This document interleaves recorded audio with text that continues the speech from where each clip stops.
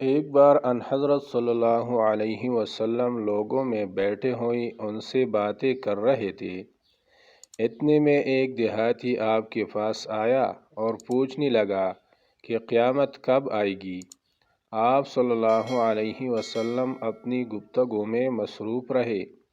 بعض لوگ جو مجلس میں تھے کہنے لگے، آپ صلی اللہ علیہ وسلم نے دیہاتی کی بات سنی لیکن پسند نہیں کی، اور بعض کہنے لگے کہ نہیں، بلکہ آپ نے اس کے بات سنی ہی نہیں۔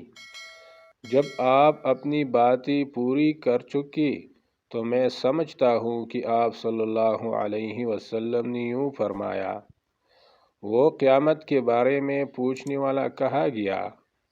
اس دیہاتی نے کہا، حضور میں موجود ہوں۔ آپ نے فرمایا کہ جب امانت ایمانداری دنیا سے اٹھ جائے تو قیامت قائم ہونے کا انتظار کر۔ اس نے کہا، ایمانداری اٹھنے کا کیا مطلب ہے؟ آپ صلی اللہ علیہ وسلم نے فرمایا کہ جب حکومت کے کاروبار نالائق لوگوں کو سونپ دیا جائے تو قیامت کا انتظار کر۔